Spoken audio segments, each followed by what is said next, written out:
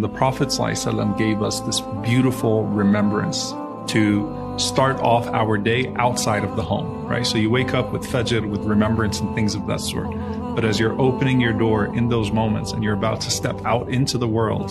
the Prophet ﷺ said, those two angels that are protecting you,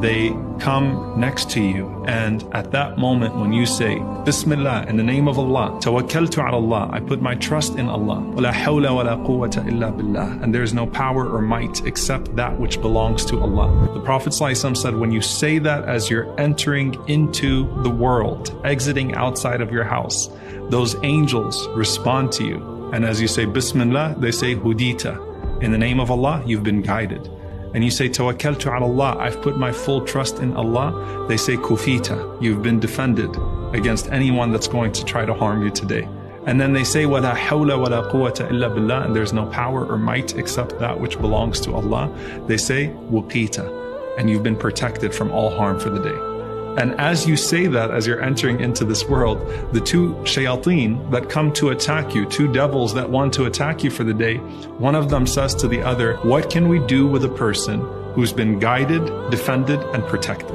And so they know they can't mess with you for the entire day, and they abandon you for the